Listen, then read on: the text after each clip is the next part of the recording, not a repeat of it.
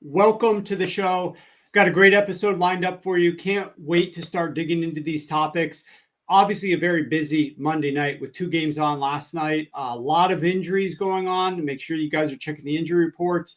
But we've got a lot of different topics to hit. And of course, I always tend to talk about something that we saw last night to kick off this Tuesday show. But hopefully you guys are over on YouTube as well. Subscribed on YouTube. We're building this show from the ground up.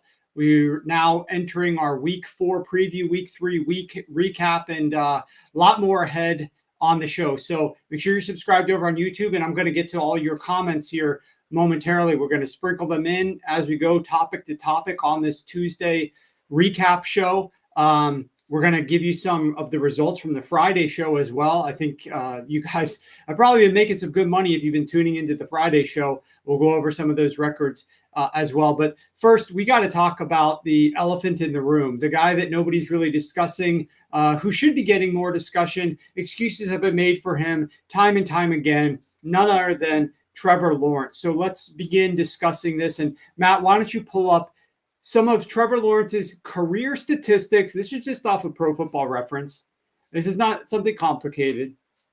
Pull up the Trevor Lawrence stats graphic, Matt. Okay, so as you can see here, this is what Trevor Lawrence has done in his career. And I mean, look at this completion percentage at an all-time low.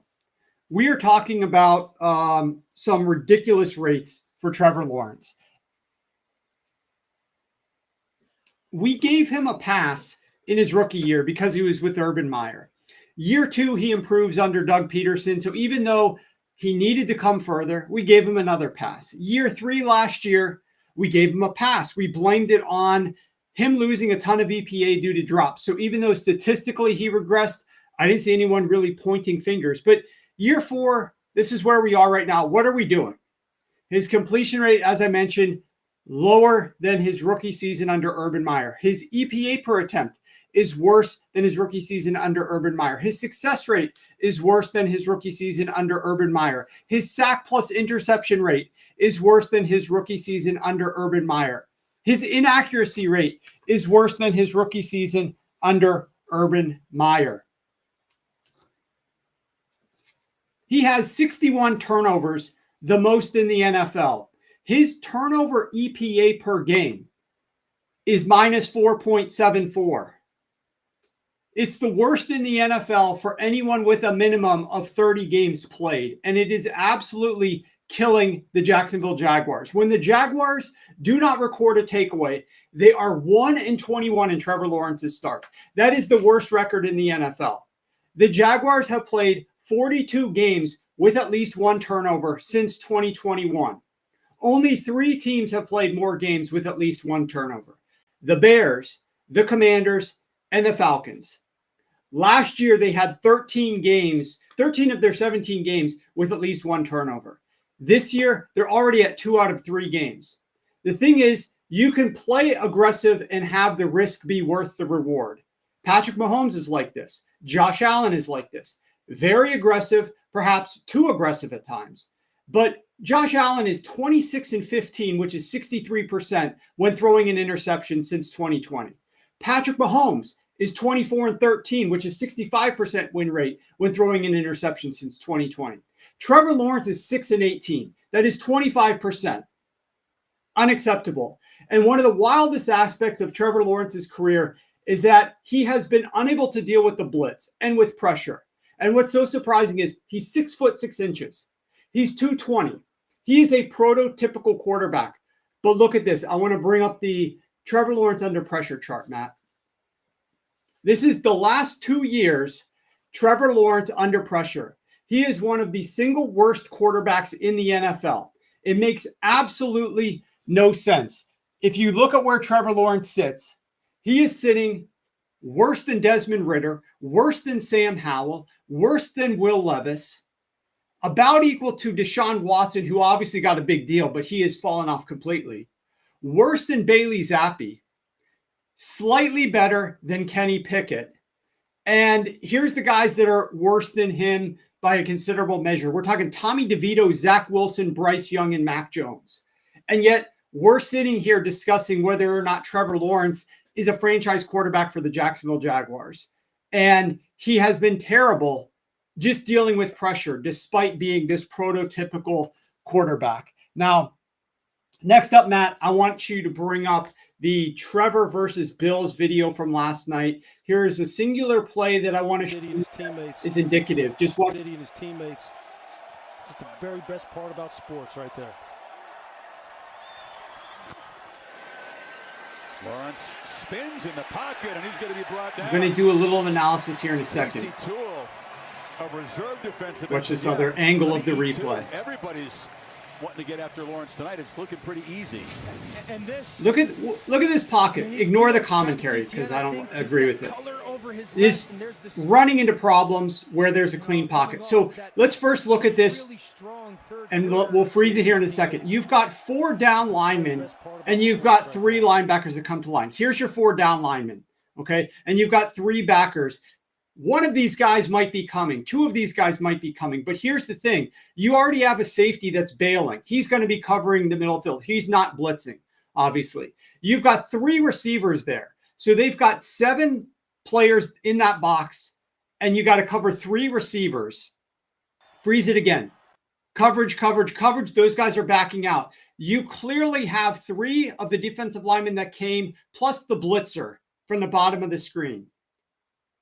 Go ahead and play it, Matt. All right. You've got all of your linemen are capable of handling this. You got 5 linemen plus a back in protection. You've got 6 men to cover 4 that are coming towards you. Spins in the pocket, and he's going to be brought down. There is no reason. Look at where he's running away from pressure. Number 90's on the ground. Your other guy's blocked up completely, and Trevor Lawrence is just seeing ghosts. Just bails right out of a clean pocket into a sack.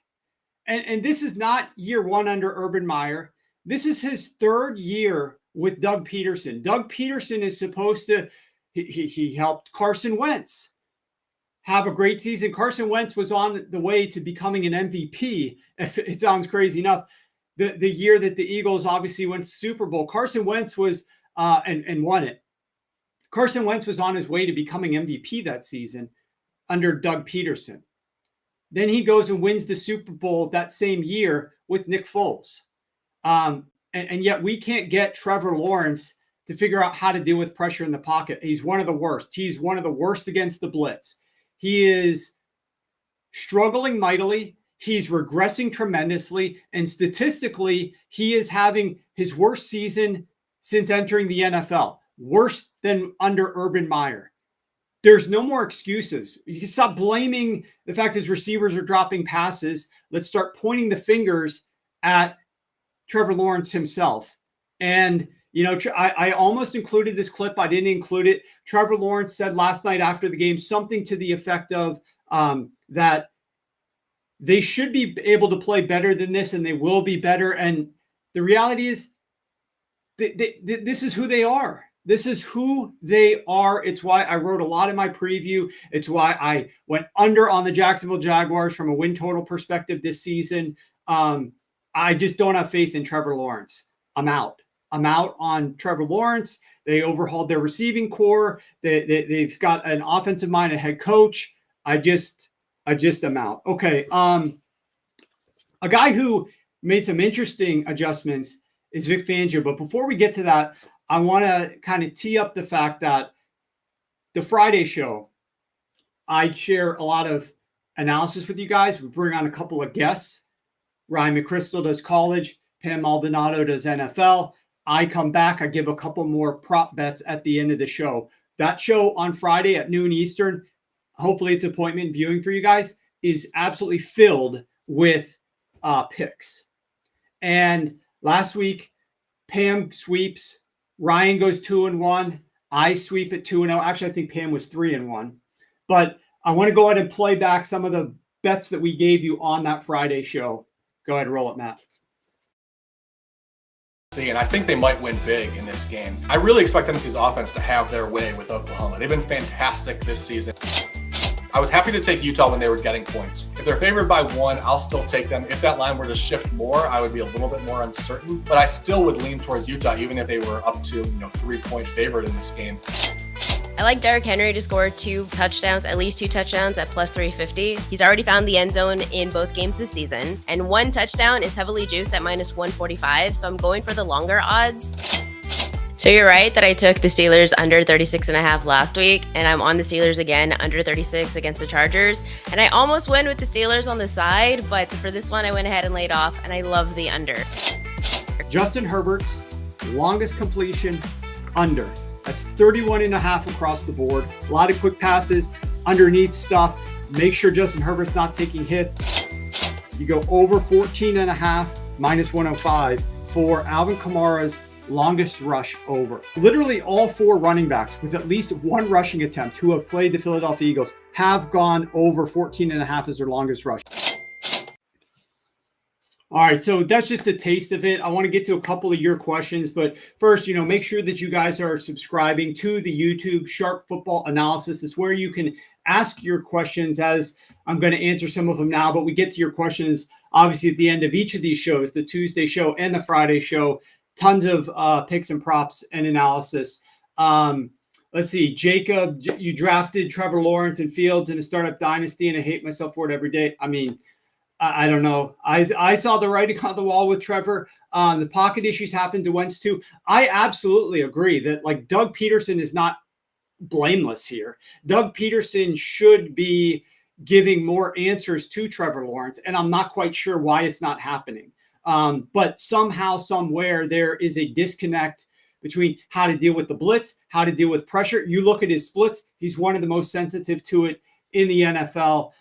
George Rodriguez, the show is awesome. Nico, great picks. Thank you guys so much. Yeah, Trevor Lawrence, a blank tape to study. Maybe we'll get an answer. I think that's referring to Jamarcus Russell not studying film. That was a hilarious story back in the day.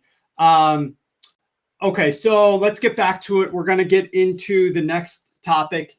Matt, why don't you cue us up?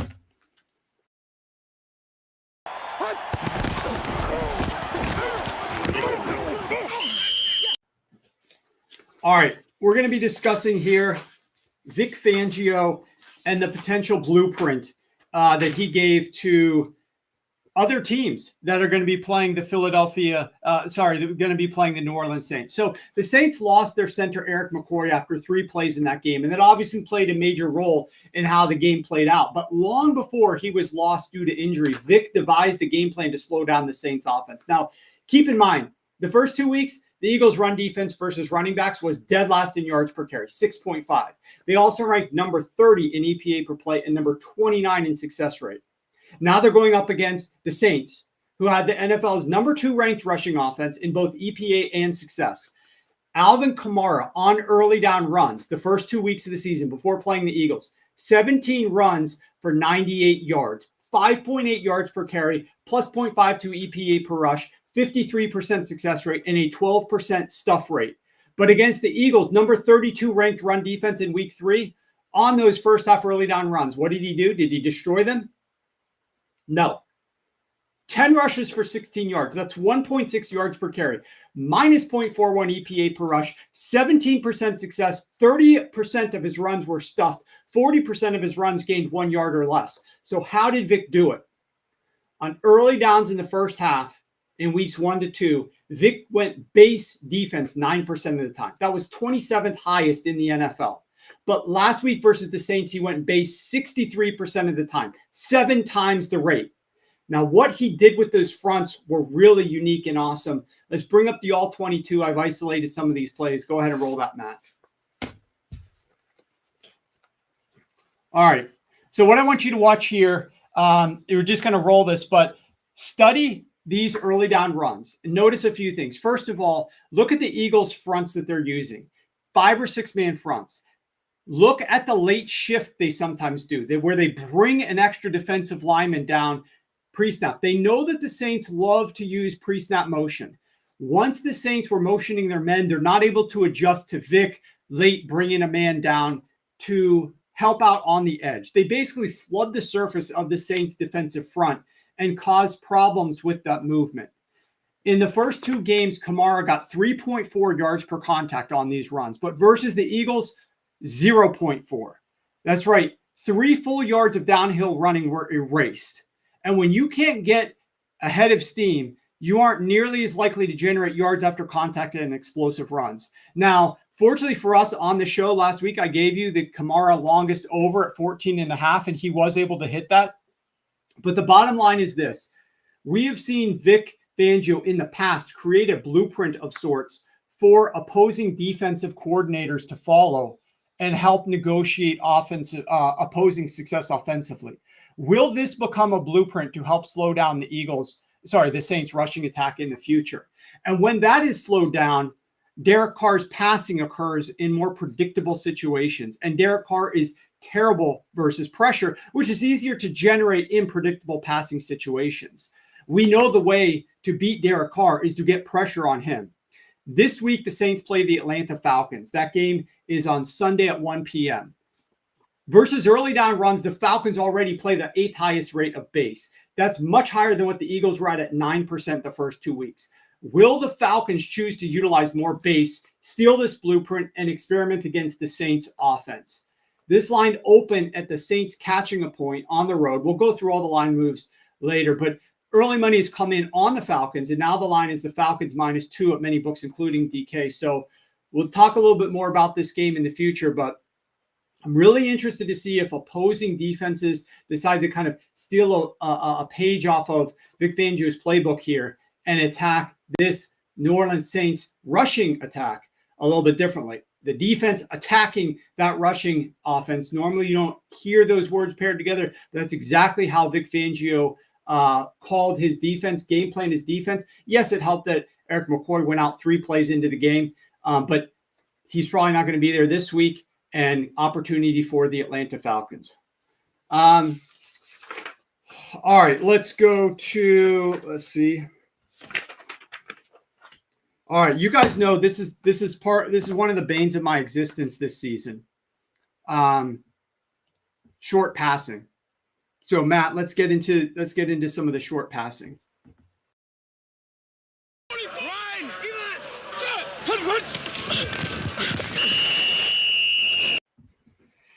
All right. Quick update. I want you to roll, Matt, some of the worst offenders in week 3, the Dallas Cowboys and the Chicago Bears.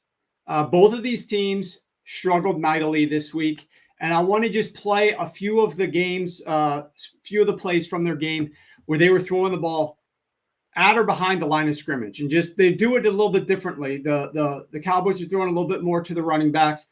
The Bears are throwing it a little bit more to the wide receivers. But just watch how these are not like, except for in one occasion, and this is just a few plays. I'm not sitting here last night at 3 a.m., which I was working on this stuff till cutting up every single play and trying to stick in here. This is an example, a sampling of some of these plays, if you will. And there were plenty more of these. But just watch how on most of these, this is the primary look on this play. This was a design play to throw the ball at or behind the line of scrimmage as the primary option. This wasn't a quarterback make 3, go through his whole progression, and then get back to this guy standing behind the line of scrimmage right next to him and dump it off. No, this was pretty much primary. So go ahead, Matt, roll that. Push that defensive line back, and it's going to be a challenge. We talked about the toughness of this defensive front that the Ravens have. Prescott to throw it. Gets it out to Dowell on first down, and he's hit immediately after maybe a gain of 1 by Trenton. Went off a little bit, so took it all the rest of the way off. That's all. 3rd and 7. Blitz coming. Prescott sees it, and it misses Ezekiel Elliott. Playbook now, too. And it becomes downhill runs to get play action pass. Yep, here's the play action. Ferguson low, incomplete. Involved, likely he's involved. It just, there's so many weapons on offense. I almost think. Prescott pressure again, and it's incomplete. You know, you're talking about getting those guys involved.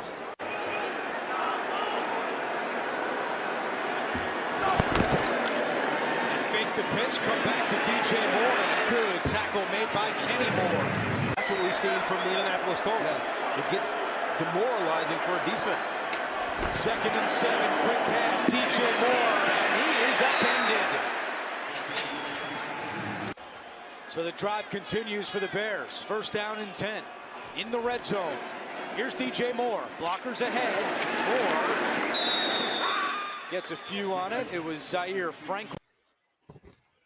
All right. So as you can see, these passes were not successful for these teams. The Cowboys threw 9 passes. I said it was just a sampling. 9 passes at or behind the line of scrimmage in week 3. Only 2 of those passes gained more than a yard. All told, they averaged 11% success and minus 0.5 EPA per attempt. Shockingly, Dak completed only 44% of them. As for the Bears, they threw 11 passes behind the line of scrimmage, 25% success. On the season, the Bears have thrown 7 of 17 passes, screen passes completed to DJ Moore. Those passes have gained a total of 4 yards. 4. That's 0.6 yards per reception. The Bears and the Cowboys both have thrown 27 passes at or behind the line of scrimmage this season. They rank number 26 and number 28 on success rate on these passes. While some teams like the Buffalo Bills have seen success throwing the ball behind the line of scrimmage, most of the time you're losing EPA when you throw a ton behind the line of scrimmage. I'm going to be highlighting some of these passes every single week moving forward. I don't understand what the Chicago Bears were doing in this game. We saw their struggles with that offensive line and the protection, but we also heard from one of their offensive linemen questioning the play call at the goal line where they allowed, I tweeted this video out, where they allowed just immediate pressure on the running back on Swift on a 4th and short at the goal line of the Indianapolis Colts. And the offensive lineman came out afterwards and said, I'm not sure why we were running this blocking scheme into this look. So coupled that with all these short passes that are being thrown behind the line of scrimmage to DJ Moore that aren't accomplishing anything, it now makes a lot more sense. This quote from Jackson Smith and Jigba earlier this offseason at the Super Bowl, when he was talking about his former offense coordinator, Shane Waldron, who is now going to be calling plays for the Chicago Bears. Roll that, Matt. Bears fans are super interested about the offensive coordinator coming in, Shane Waldron. What can you tell them about who they just hired to try to get this offense where it needs to go?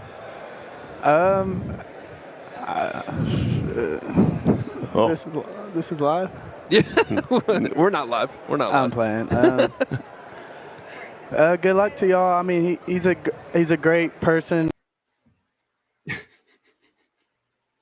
He's a great person. I'm sure he is. I've never met him, but from an actual play calling perspective, leaves a lot to be desired.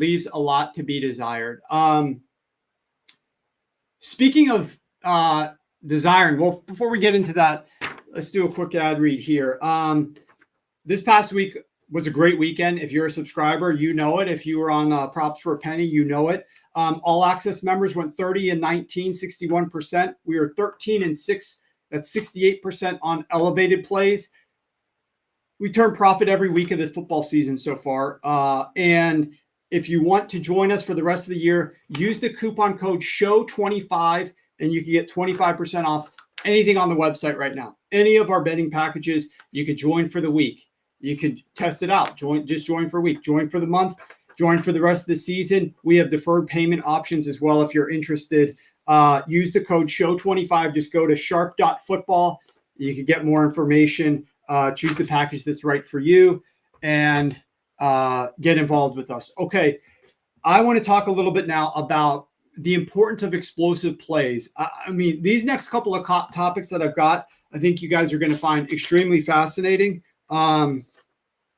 But let's get into them here. The first one's going to be the topic of explosive plays.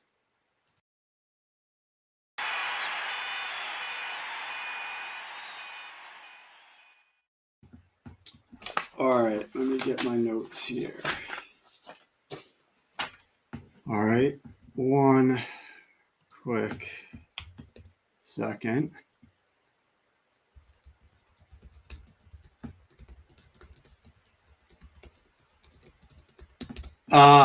Nico says, what team do you think is the biggest pretender so far this season? Caleb says, is anybody left in a survivor pool? Yeah, I mean, those survivor pools are absolutely brutal right now.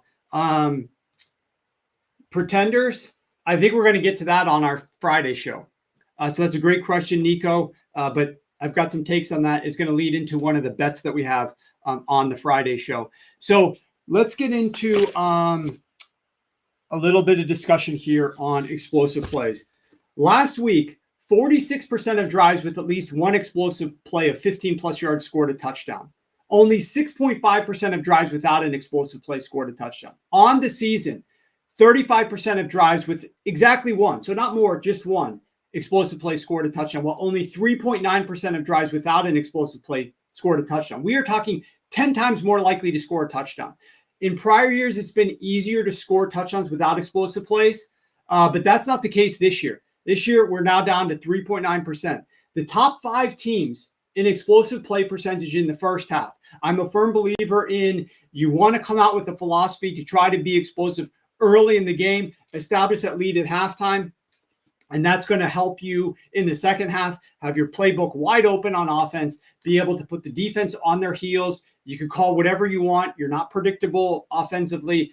It's a big edge when you're leading at halftime, so you got to come out and try to earn that. Defenses aren't giving it to you this year. You have to come out and try to earn that. Be explosive in the first half of games. Here's the top 5 teams in explosive play rate in the first half of games. The Green Bay Packers, they're 2-1 with Malik Willis. We'll talk about that in a second. The Buffalo Bills, 3-0. The Minnesota Vikings, 3-0. The New Orleans Saints, 2-1. And the Houston Texans, 2-1. You could say Josh Allen's on that list, and you're right. But otherwise, think about the quarterbacks that are on these teams.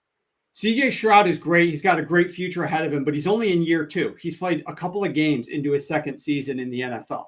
We also have Malik Willis, Sam Darnold, and Derek Carr. And these are the most explosive teams in the NFL the first 3 weeks of the season.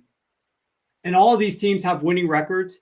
Multiple of these teams are 3-0. The rest are 2-1. This is a formula here. And teams are doing it because of their play design and their play calling. They're not doing it because they've got the best quarterbacks in the NFL. I'm just reading you the list, the top 5 teams. Yes, there's Josh Allen. Otherwise, Malik Willis, Sam Darnold, Derek Carr, and year 2, 3 games into his second season, CJ Stroud. Anybody, it's like Ratatouille. Anybody can cook, right? Or anyone can cook. Anybody can try to be explosive offensively. You just have to dial it up. You have to figure out how to protect the quarterbacks, which we'll talk about momentarily when we get into the blitzes. But you absolutely can become more explosive. And if you do, you're likely to score points. 10 times more likely to score a touchdown if you have one explosive play. One play of 15-plus yards. You are 10 times more likely to score a touchdown. More teams need to figure out and prioritize trying to get explosive, because the odds that you're going to be able to matriculate the ball slowly down the field with gains of 6 and 5 and 3 and 10 yards is very difficult. It's very difficult to be perfect down the field all the way to the end zone and then score points. You need to try to be explosive. We saw that last night. I mean, look at Jaden Daniels in the college offense of Cliff Kingsbury. We obviously saw that with the Buffalo Bills and Josh Allen, who's on this list. Those explosive plays score points. It makes it so much easier on your offense. You've got to figure out ways to get it accomplished. You've got to figure out ways to get your quarterback to stand in there under pressure, throw the ball down the field. You got to figure out ways to get creative in the run game. This is on the offensive coordinators more so than anybody else, because poor quarterbacks can also be explosive and help their teams win games. All right. Pixar aficionado. Yes, I do like Pixar. I don't know, aficionado might be a little strong there, Jacob, but I do like Pixar. Jared Goff, bottom 5 by PFF grade this year. Buy low or real concerns about the Lions passing offense? So that's a great question. Second Home Sports. I don't have this plan today, but the Lions offense still does not look the same as what it has looked in the past. They're going to be on Monday Night Football, doubleheader again this week, I don't know. What do you guys think? Share in the chat. Do you like the doubleheader Monday Night Football? We're used to getting only one of these games, and I feel like it's sensory overload for a Monday night. But at the same time, like, we're built for this, right? We should be able to handle this. It's not that big of a deal. In fact, I probably would rather have a couple of Monday night games than some of the crappy football that we end up getting on Thursday. But I'm pretty even about the Monday night games. I don't really care either way. But we got back to back. We got the Titans at the Dolphins, which we might get to at the end of the show if we have enough time. And then we've also got the Seahawks at the Lions. And I think that Seahawks-Lions game is naturally going to be fascinating. But the Detroit Lions passing attack, there has been something wrong with it. It is not. I really loved. Okay, let me just talk briefly about the game on Sunday. I got exactly what I was expecting to get. I know that money came in on the over in that game. I completely disagreed with it. My computer model disagreed with it. I personally disagreed with it when I was breaking down the matchups and the handicap of this game. After that loss where they made 7 trips into the red zone and went majorly pass heavy in week 2 against Tampa Bay at home, I anticipated that the Detroit Lions would come to Arizona with a old school mentality, focus on the run and what had them success in the years past. What got them success in 2023, got them to the playoffs, got them to the NFC Championship game. The run game, Sam Laporta, Amon-Ra St. Brown. Now, I want a lot of Jameson Williams as well, but they went back to they played the hits, right? They're like the DJ at the wedding. They went back to the hits. They played the run game. They played the Sam Laporta. They did sprinkle in a downfield lateral, which I absolutely loved. More teams should do that. I think that was great. But they absolutely tried to go back to what's worked for them in the past and will work for them against the Arizona Cardinals. They had no desire to try to win by margin. Now, this is a little bit of a sin of the Detroit Lions. It's why a lot of their games are close and why they could win a little bit more than what they do is I don't think their defense is incredible, but we know that they were able to play man. I shared on the show on Friday, I believe. Kyler Murray against man struggles. Kyler Murray against the blitz struggles. This season, his splits are massive. His history shows that he struggles tremendously.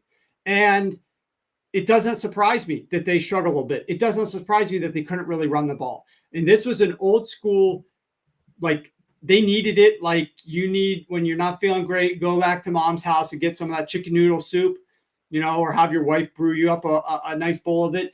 That's what they needed. And that's what they got on the road there. A nice home cooking meal to make themselves feel good is everything that they needed. Now they're going up against the Seahawks. It's going to be an interesting game, but I thought the game played out exactly as I was sort of anticipating it, which is why I was not on any the Jameson Williams props or anything like that.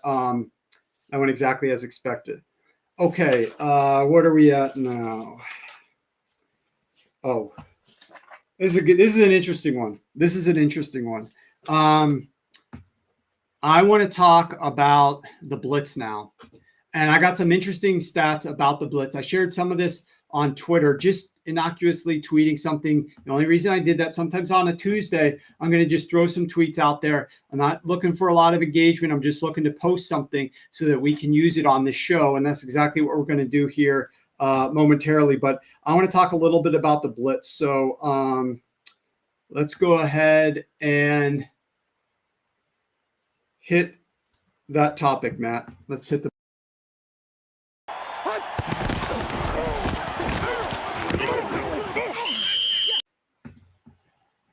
All right.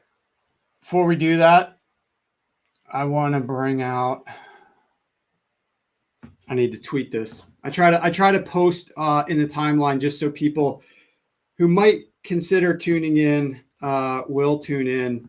I got to post sometimes the links, so bear with me. Why are offenses at historic lows versus the blitz? So first, what I want to do is let's watch a few blitz reels from week 3. I want you guys to watch some of the quarterbacks against the blitz here.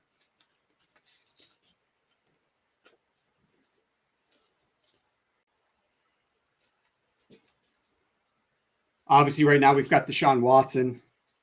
But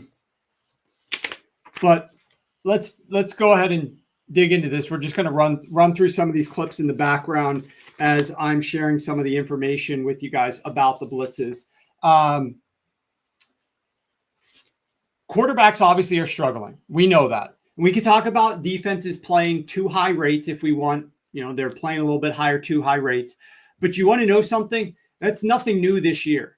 Through 3 weeks of the season, the rate at which defenses are using too high safeties on pass plays is 38.7%.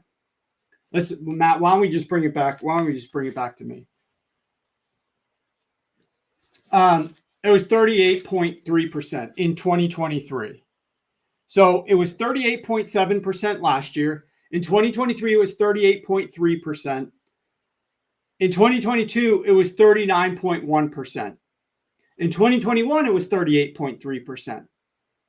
This is something that kicked off 4 years ago because in 2020 and prior, they were using too high, like a 35% rate. So this is up to 38%, but this is nothing new. This has been 38% through the first 3 weeks of the season. And actually, the performance versus too high safeties is better now in 2024 than it was in 2023 and 2022. Yards per attempt is up. Yards per attempt is 7.5 yards per attempt against too high. Last year, it was 7.0. It was 6.6 in 2022. EPA per attempt is actually positive against too high this year.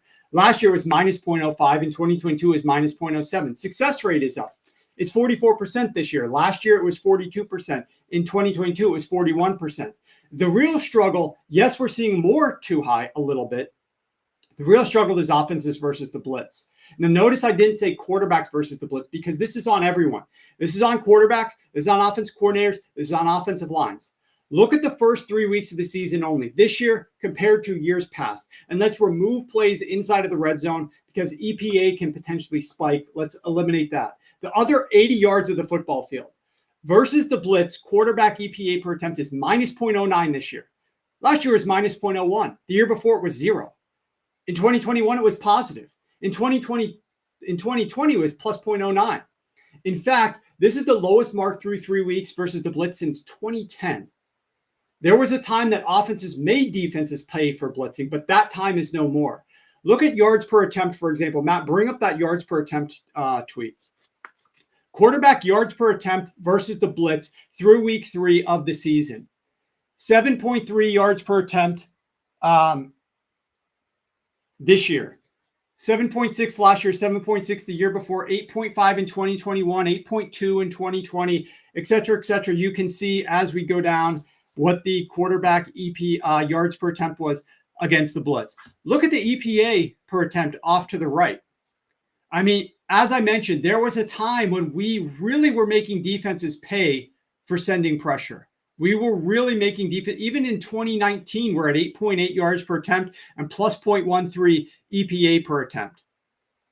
Now we're all the way down at 7.3 and minus 0.9. 0.09 rather. So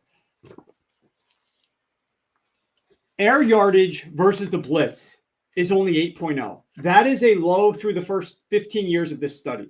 Almost 25% of passes versus the blitz are being thrown behind the line of scrimmage.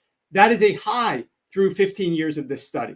Back in the early 2010s when defenses blitzed, quarterbacks threw the ball behind the line of scrimmage less than 15% of the time, and they averaged 9.5 air yards.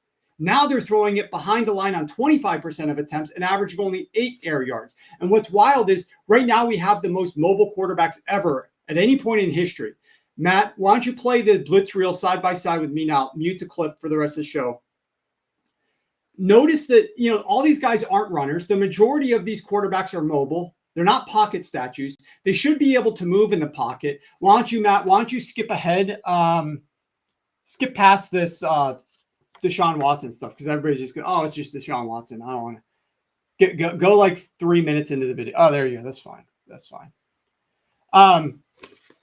The vast majority of these quarterbacks are mobile. They're not pocket statues. They should be able to move in the pocket. And that's actually reflected in the pressure data. Versus the blitz, quarterbacks are being pressured at a 37.5% rate this year. It's been in the low 40% rate the prior 3 years. 37.5% pressure rate on blitzes is the third lowest of the last 15 years. But there are very few big plays being made versus the blitz quarterback boom rate, which is the rate at which plays gain an EPA of 1 or better, is at an all-time low. Defensive coordinators are finding creative ways to simulate pressure and bring the blitz. Quarterbacks don't know exactly who's coming or if an extra rusher is even coming. Offensive coordinators aren't getting their offense prepared with enough answers. Offensive line play is down. They aren't recognizing the blitzes. Quarterbacks aren't beating the blitzes. The teams aren't actually blitzing more. In fact, 25.4% blitz rate outside the red zone is the third lowest of this decade. We're just playing much worse against it.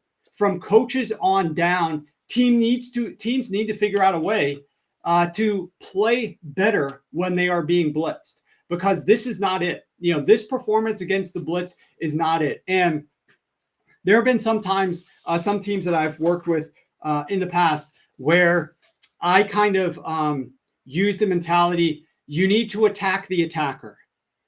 If they are going to send the blitz to be aggressive and attack you, you must attack them back and make them pay for that. You cannot allow them to just blitz you and just simply try to figure out our best defense. No, it's not about defense at that point. It's about offense at that point. It's about attacking them when they are choosing to roll the dice and send that pressure. And that's what it needs to be. It doesn't feel like a dice roll. When teams are blitzing this year, it feels like an oh shit moment for these quarterbacks. It feels like these quarterbacks are freaking out. Their offensive lines don't know what to do. And, we saw the rise of sim pressures last season, especially with Mike McDonald. There absolutely needs to be a counter punch by offensive coaches at some point this season. It's not happened year to date. The first 3 weeks, it's been abysmal. It's part of the biggest issues that we're seeing in the NFL right now, as I said. So when you're talking about offenses and struggles and quarterback play, et cetera, we have to remember offensive line play is a problem as well. But we really, really need to remember that this is on the offensive coaches to figure out a solution to this problem, because it's a league-wide problem. Defenses aren't blitzing more. We're not seeing higher rates of too high coverage than we've seen in the last several years. We're actually playing okay against too high coverage this season. And stats bear that out. I shared them at the beginning.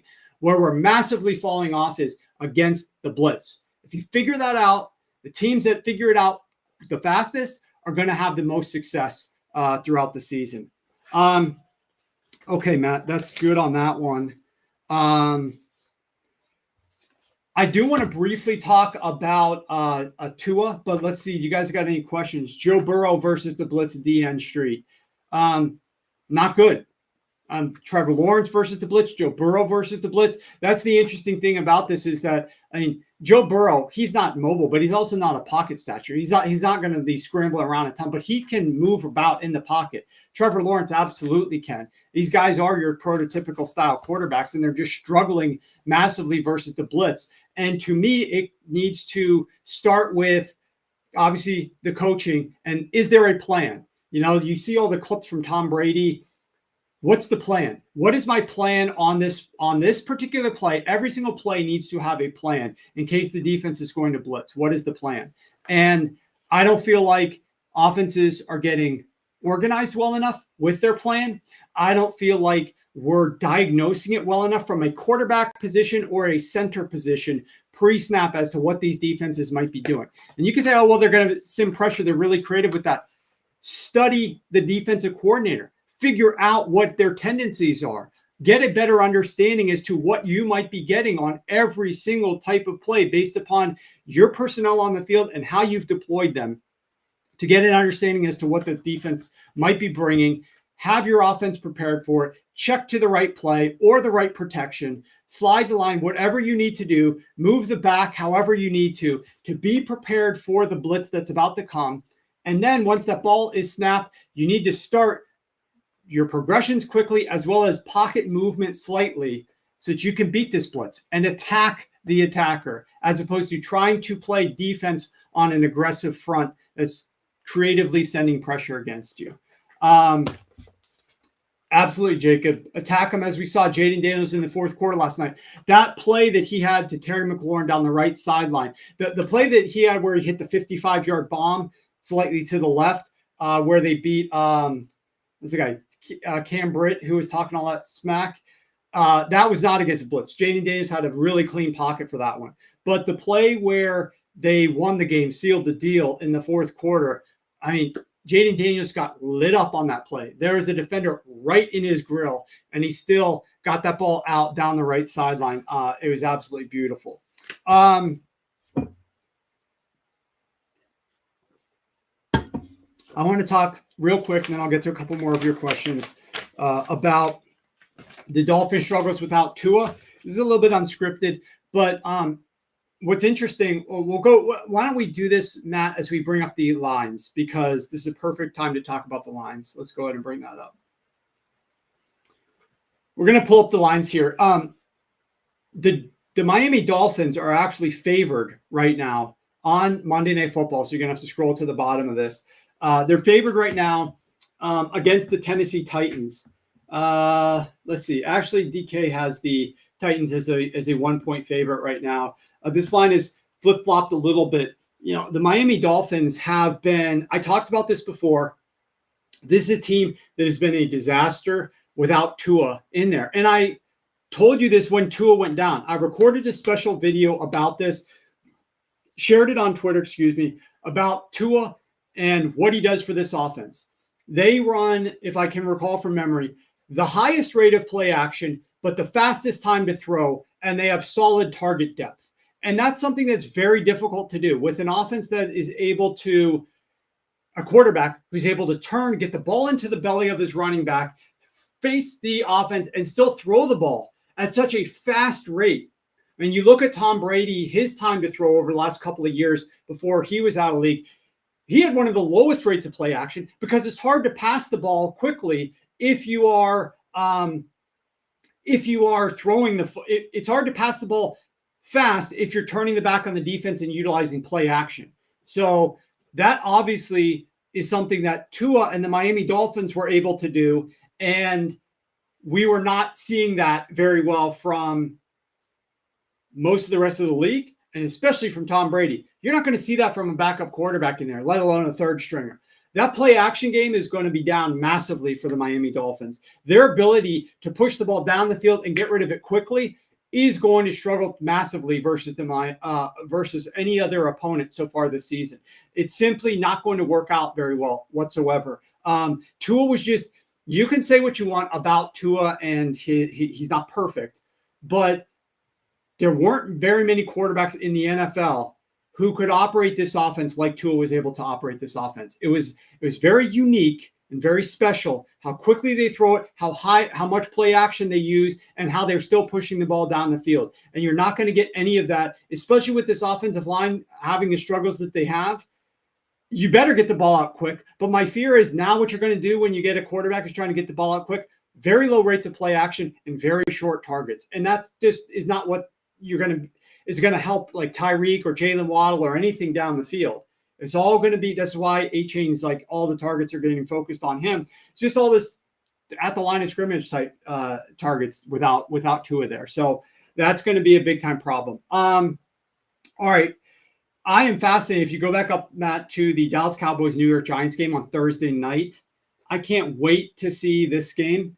Both these teams sit at 1-2. Shockingly enough, and it's a huge game for both of these teams. It's obviously much bigger for the Dallas Cowboys. This team looks like it's fallen off the rails. What really is expected out of the New York Giants here this season? As long as Daniel Jones is your quarterback, what really is expected? Anything that you're going to get positive, like that game plan from Daboll, was immaculate. That was great, but I don't know what you're going to expect out of a team led by Daniel Jones.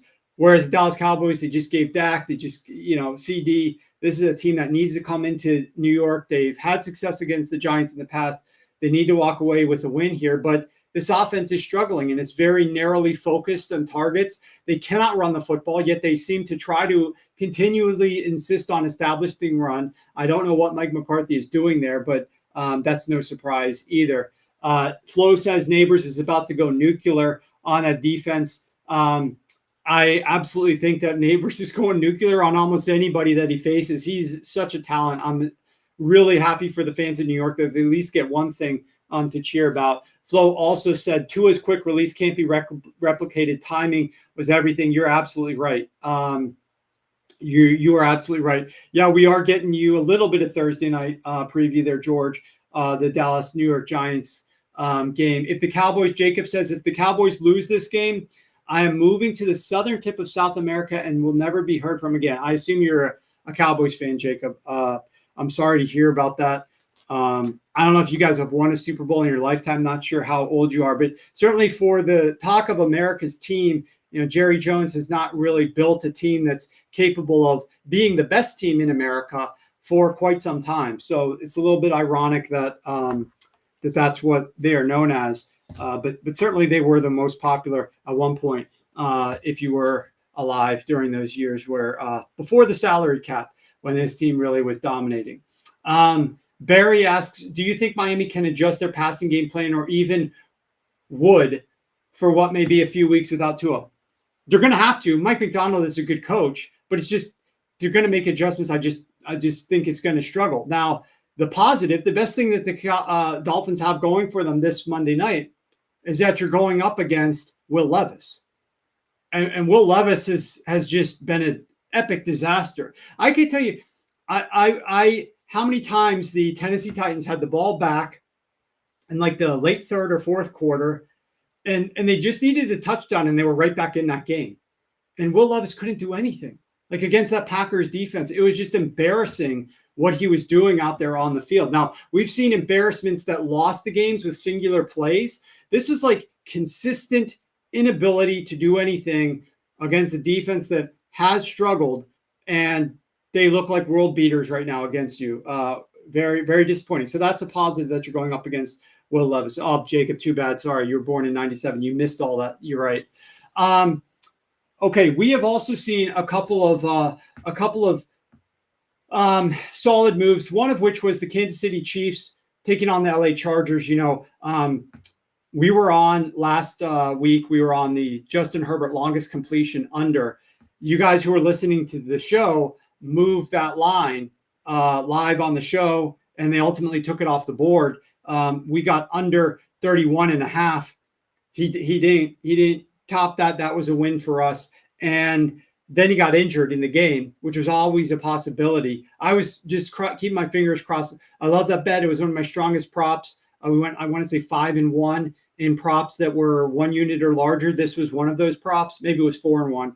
And I love this one. I just needed Justin Herbert to go out there on the field. Just start the game, and then I don't care what happens. And that was always it's one of the benefits of betting unders.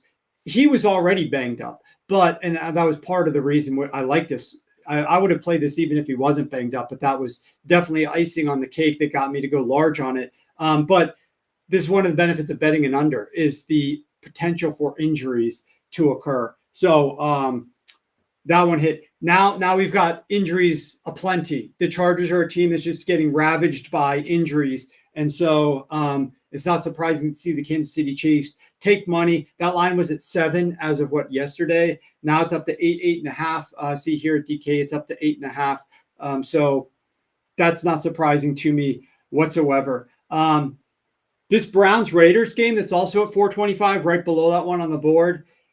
This game, this Raiders team is an absolute disaster right now, but it's hard to say anything different about the Cleveland Browns. So whichever team can be less of a disaster will be able to have the upper hand in this one. It's just, I don't know which one, how you can depend on any of it. I mean, the way that Antonio Pierce threw that team under the bus last week was incredible.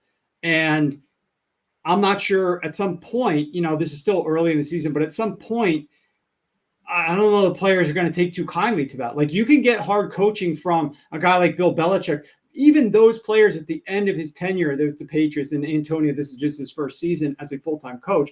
But even those players tuned out Bill Belichick. As many rings as he won for that franchise and some of those players. Can you imagine like Antonio Pierce just continuing to talk trash about you in the press after every game. I mean, he's even saying, what do you say? Comment about Gardner Minshew. I'm going to talk to the players and see what they have to say if I'm going to bench him. Like, and he's saying that publicly. I just think what Antonio Pierce is doing is wild. You have the opportunity of a lifetime. Your team got lucky down the stretch. You ended up beating Patrick Mahomes once. You started talking about how you have the recipe. You got a full-time job. You got the opportunity of lifetime placed in your lap, and this is how you're going to handle your business by just throwing your players under the bus 3 games into the season. I think it's a wild career move for somebody to do that. Vikings versus Packers line is very close. Is that insinuating that Love plays? So why don't you go up to that Vikings-Packers game? Matt, yes, it is insinuating that he plays. Love's laying 2.5 points at home against the Minnesota Vikings, who are on the road. Absolutely, that's insinuating that Jordan Love is going to go in this game. So I'm excited to see what he can do back. Never really truly believed that he was going to be back there last week, but he looked fine in what they were asking him to do, like what he was doing in his warm-ups and his routine out there. It's going to be interesting to see how close to 100% can he protect himself. Brian Flores' defense is one of those teams that blitz a lot, get very creative behind it. Will the Packers have that plan from a protection standpoint? It helps that they're familiar with Brian Flores and the Minnesota Vikings, but how will they do it?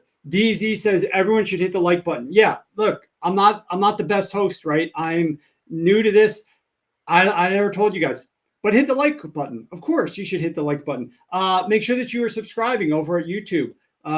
Hit the alarm button. Somebody said earlier that, and I got to scroll back to it. Let me get rid of all these notes. And then somebody said earlier that I didn't do the Saturday show. I was going to do the Saturday show. It was just an impromptu YouTube that I was going to share some of the props with you guys. I was going to do that. We're all set up. I got training by producer Matt, by another guy at my company. They showed me what to do, how to go live and all this stuff on YouTube. And then the morning got away from me, betting college stuff, which we had a great day in college as well. And subscribers did, of course.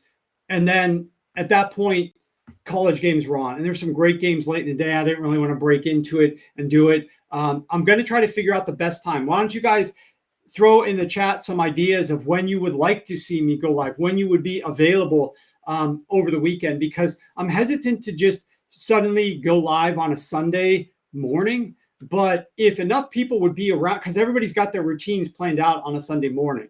But if everybody is around and would like to see me go live for 20 minutes and share some of the bets that we're making at like 10:30, 10:45 on a Sunday morning East Coast time, I could do that. If you guys are around and you might be interested in that, I'm in it to try to grow this audience and grow this channel. So I would potentially be open to that. So make sure that you say in the comments if you tune in for a show like that, or if you prefer a show on Saturday. It won't be a well-produced show. It'll just be me literally going live and talking to you guys and answering some questions and sharing some bets. But that's what I would be potentially interested in doing. So, look, I think we hit an hour. I started this show a few minutes late, and that's all I want to do is try to limit these to an hour. So I appreciate all of you guys for participating in the show, for going over to YouTube, everybody for watching the show, retweeting it, sharing it, helping spread the word. We did a lot of studies today. We talked about short passing. We talked about teams against the blitz. We talked about Trevor Lawrence. We talked about Dolphins without Tua. I think we hit on a lot of good, interesting topics. We're going to try to keep these Tuesday shows like that with a little bit of look ahead to the upcoming week. And then Friday, make sure you're around. Set those notifications. Friday at noon Eastern time. Tune in. We're going to be running through some of our best bets for the week. This show has been crushing. We played the clip earlier of everybody doing all the guests doing well, me doing well. But this is not like the first time that's happened. It's pretty much every week of the 3 weeks that we'd be doing it, that you are making money just literally just betting those bets. And then if you want more than those bets, and if you want some of the very, very best cream of the crop stuff, head over to sharp.football. You can use the code SHOW25 and you can get 25% off. We also have Thursday. Be following on Twitter. We've got a special on Thursday that I'm going to be excited to share with you. And I'll hold off on the details until then, but it doesn't relate to anything that we're doing right now. It's going to get announced on Thursday. So thank you guys so much for all the kind feedback, and we'll see you on Friday at noon Eastern. Good luck this week.